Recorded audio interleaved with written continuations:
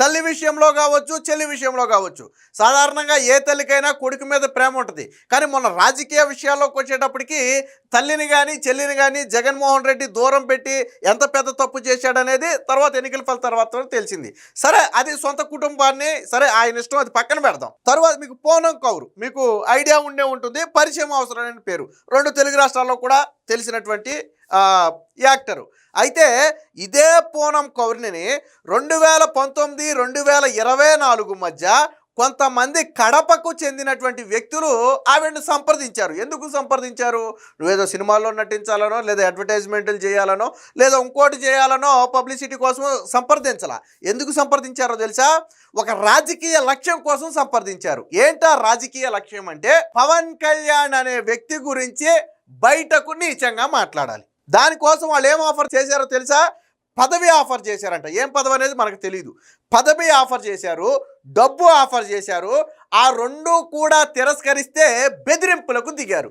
బెదిరింపులు అంటే ఏంటో తెలుసా? నీ అంతు చూస్తాం, నీ ఆస్తులు లాక్కుంటాం, లేకపోతే మిమ్మల్ని జైల్లో పెడతాం. ఇవి కాదు బెదిరింపులు అంటే. నీ న్యూడ్ వీడియోలు, న్యూడ్ ఫోటోలు క్రియేట్ చేసి మేము సోషల్ మీడియాలో పెడతాము, సైట్లలో పెడతామని బెదిరించారంట. అంటే మనం ఏ స్థాయికి దిగజారిపోయామో చూడండి. పవన్ కళ్యాణ్ అనే ఒక వ్యక్తి మీద నీచంగా మాట్లాడాలని ఇంత దిగజారిపోయారు. ఇది నేను చెప్పట్లా, స్వయంగా పూనం కౌర్ ఒక ఇంటర్వ్యూలో చెప్పింది. ఇది నేను చెప్పలా, బాధపడుతూ చెప్పింది. నేను చెప్పిన ప్రతి మాట పూనం కౌర్ చెప్పిన మాట. నేను ఇందులో ఏది కల్పించి చెప్పలా. మరి ఏ స్థాయికి దిగజారిపోయారు? ఇవి రాజకీయాలని నేను అడుగుతున్నా. అంటే పవన్ కళ్యాణ్ కావచ్చు, చంద్రబాబు గారిని కావచ్చు, డైరెక్ట్గా ఎదుర్కొనే దమ్ము లేక ఒక నాయకుడి మీద విష ప్రచారం చేయమని చెప్పి డబ్బు ఆఫర్ చేసి, అంటే ఒక మహిళను అడ్డం పెట్టుకుని పవన్ కళ్యాణ్ మీద రాజకీయం చేశారే, ఇది కూడా ఒక రాజకీయమేనని నేను అడుగుతున్నా. మీకు దమ్ముంటే, ధైర్యం ఉంటే ఎస్, పవన్ కళ్యాణ్ డైరెక్ట్గా ఢీకొట్టండి, రాజకీయంగా ఢీకొట్టండి. ఎంత బలంగా ఢీకొడతారో అంత బలంగా ఢీకొట్టండి. మీరు ధైర్యంగా పవన్ కళ్యాణ్ని ఢీకొట్టే దమ్ము లేక ఒక మహిళ చేత పవన్ కళ్యాణ్ వ్యక్తిత్వాన్ని హననం చేస్తూ మాట్లాడించి రాజకీయం చేయాలి అనుకోవటం కూడా ఒక బ్రతికేనా? నాకు అర్థం కావట్లా. అది ఒక రాజకీయ పార్టీ చేసే పనా? మీరు రాజకీయ పార్టీని నడుపుతున్నారా, లేదా బ్రోతల పార్టీని నడుపుతున్నారా? అది రాజకీయమా? గతంలో ఒక ముంబై యాక్టర్ని ఏం చేశారు మీరు? ఒక ముంబై యాక్టర్ని ఏం చేశారు? అన్యాయంగా, అక్రమంగా అరెస్ట్ చేసి ఆ కుటుంబం మొత్తాన్ని కూడా జైల్లో పెట్టి మీరు రాజకీయ లబ్ధి కోసం ఎంత వేధించారు? తర్వాత ఆ కేసు ఏమైంది? అసలు మహిళల్ని రాజకీయాల్లోకి తీసుకురావటం ఏంటి? వాళ్ళని అడ్డం పెట్టుకుని రాజకీయం చేయటం ఏంటి? మహిళల్ని వేధించడం ఏంటి?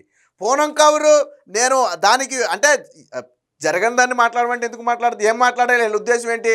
పవన్ కళ్యాణ్ నన్ను ఏదో చేసి మోసం చేశాడు, అది ఆవిడ నోటితో చెప్పించాలి అనుకున్న మాట. ఆవిడ నేను చెప్పనంది అబద్ధాలని నేను చెప్పి ఒక వ్యక్తి డ్యామేజ్ నేను చేయను అంటే న్యూడ్ వీడియోలు సోషల్ మీడియాలో పెడతాం, సైట్లలో పెడతామని బెదిరించారంట. ఎంత దారుణమైన పరిస్థితి ఇది! కడప నుంచి అంటే ఎవరు వచ్చి ఉంటారు? మీరు అర్థం చేసుకోండి. స్వయంగా చెప్పింది కడప నుంచి కొంతమంది సంప్రదించారని. గట్టిగా అడిగితే పేర్లు కూడా చెప్పుద్ది, అది వేరే విషయం అనుకోండి, చెప్తున్నా. అంటే ఇది ఒక రాజకీయమా? ఇలాంటి రాజకీయాలు ఎక్కడైనా చూసామా? సాధారణంగా అబద్ధాలో నిజమో ప్రచారం చేస్తారు, అది కామన్. కానీ ఒక మహిళను అడ్డం పెట్టుకుని వ్యక్తిత్వ హననం చేయాలనుకున్నారే, మీ ఇళ్లలో కూడా ఆడవాళ్ళు ఉన్నారు కదా, అదే పని రేపొద్దున తిరిగి వాళ్ళు చేస్తే జగన్మోహన్ రెడ్డి మీద ఇదే వ్యక్తిత్వ హననం చేయించాలంటే ఒక 2-3 తీసుకొచ్చి మాట్లాడించలేరా? అప్పుడు ఏం చేస్తారు? జగన్మోహన్ రెడ్డి తలకాయ ఎక్కడ పెట్టుకుంటాడు? అప్పుడు మీకైతే ఒకటి, ఎదుటి వ్యక్తికి అయితే ఒకటా? ఇది రాజకీయమా? ఇది అంటే కడప నుంచి కొంతమంది సంప్రదించారు, మనీ ఆఫర్ చేశారు, పొజిషన్ అంటే పదవులు ఆఫర్ చేశారు. ఆ 2 తిరస్కరిస్తే బెదిరించారు. ఆ బెదిరింపులను కూడా ఇగ్నోర్ చేసి తన పని తాను చేసుకుంటుంటే ఫైనల్గా థ్రెట్ వార్నింగ్ ఏమిచ్చారో తెలుసా? నీ న్యూడ్ వీడియోలు రిలీజ్ చేస్తామని చెప్పి ఒక థ్రెట్ను వార్నింగ్ ఇచ్చారు. అంటే ఎవరికి అవసరం ఉంది? ఎవరి గురించి మాట్లాడాలని వాళ్ళు కోరారు? ఆవిడ యాక్టర్ పేరు అయితే చెప్పలేదు, ఓకే, బట్ అది బహిరంగ సత్యం. వాళ్ళు పవన్ కళ్యాణ్ వ్యక్తిత్వ హననాన్ని టార్గెట్ చేసుకున్నారు. ఎందుకంటే నేను ఇందాకే చెప్పా, ధైర్యంగా దమ్ముగా పవన్ కళ్యాణ్ని ఎదుర్కొనే సత్తా జగన్మోహన్ రెడ్డికి లేదు. ఆడవాళ్ళను అడ్డం పెట్టుకుని రాజకీయం చేసే పార్టీ వైసీపీ పార్టీ. ఈ ఒక్క ఉదాహరణ చాలు. ఈవిడేమీ రాజకీయాల్లో లేదు, ఈవిడెవరూ ప్రలోభితం చేయలేదు, ఈవిడ అబద్ధాలు చెప్పాల్సిన అవసరం లేదు. సో అంటే ఏ స్థాయికి దిగజారిపోయారో చూడండి రాజకీయాల్లో. అంటే పవన్ కళ్యాణ్ అనే ఒక వ్యక్తిని టార్గెట్ చేయడానికి. అందుకేనేమో మేబీ జగన్మోహన్ రెడ్డి మాట్లాడిన ప్రతిసారి పెళ్ళాలు పెళ్ళిళ్ళు అని మాట్లాడేది. ఎందుకంటే ఆయన్ని వ్యక్తిత్వ హననం చేయటమే వాళ్ళ టార్గెట్. పవన్ కళ్యాణ్ని రాజకీయంగా ఎదుర్కోలేనప్పుడు ఏం చేయాలి? కుటుంబం మీదో, భార్యల మీదో, బిడ్డల మీదో నిందలేయాలి. అదే పని జగన్మోహన్ రెడ్డి చేశాడు గతంలో. జగన్మోహన్ రెడ్డి ప్రతి సభలో కూడా 2 పెళ్ళిళ్ళు 3 పెళ్ళిళ్ళు ఆయన లీగల్గా, రాజ్యాంగ పరంగా, చట్టపరంగా ఎన్ని పెళ్ళిళ్ళు చేసుకుంటే నీకెందుకు? పోనీ ఎవరైనా సరే పవన్ కళ్యాణ్ నన్ను మోసం చేశారు అని బయటకు వచ్చి మాట్లాడితే ఒక మహిళ అది తప్పు. కానీ ఎవరు కూడా విడాకులు అయిన తర్వాత కానీ, ఆయన పెళ్లి చేసుకున్న తర్వాత కానీ దాని గురించి ఎక్కడా మాట్లాడలేదే. పవన్ కళ్యాణ్ వల్ల మాకు నష్టం జరిగిందనో, పవన్ కళ్యాణ్ మాకు ద్రోహం చేశాడనో ఎక్కడా మాట్లాడలేదే. మరి ఎందుకు ఇలాగా దిగజారిపోయారు వైసీపీ రాజకీయాలు? ఎంత నీచంగా మాట్లాడారంటే ఏ స్థాయికి దిగజారిపోయి రాజకీయాలు చేశారు అనటానికి ఈరోజు పూనం కౌర్ మాట్లాడినటువంటి వ్యాఖ్యలే ఒక ఉదాహరణ. అంటే సమాజంలో గౌరవప్రదంగా బతికే మహిళలను కూడా రోడ్డుకి లాగి మీరు రాజకీయాలు చేయాలి, రాజకీయ లబ్ధి పొందాలి, వాళ్ళు ఎలా పోతే నాకెందుకు అనుకునే మీ నీచమైన బుద్ధి ఉందో చూసారా?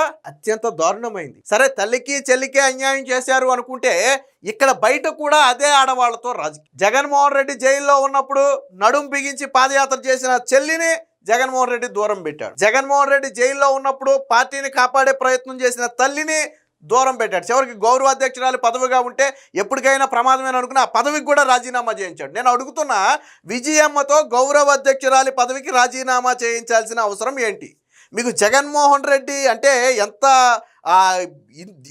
దీంతో ఫీల్ అవుతాడు అంటే జీవితకాల ఆయనేనంట.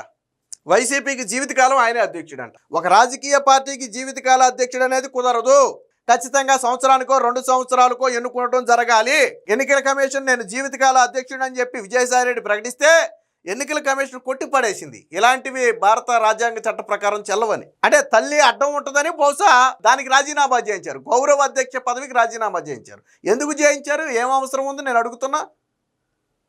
ఇప్పుడు పూనం కవర్ని అడ్డం పెట్టుకుని నీచ రాజకీయం చేయాలనుకున్నారు.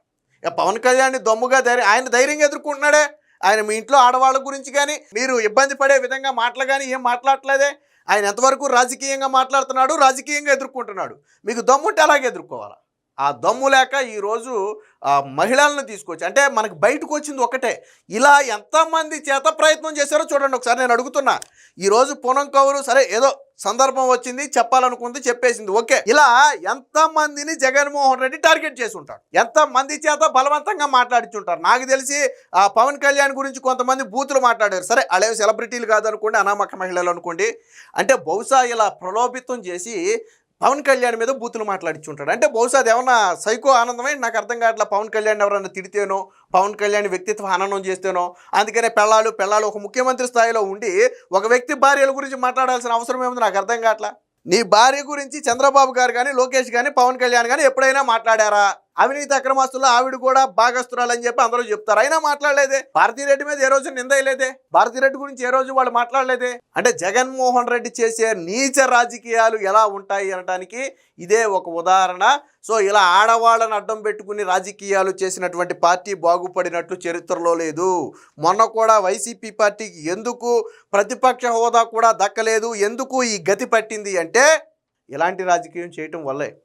సో వైసీపీ చేసే రాజకీయాలు ఎంత నీచంగా ఉంటాయి అంటే చెప్పడానికి ఈరోజు పూనం కౌరు ఘటనే ఒక ఉదాహరణ.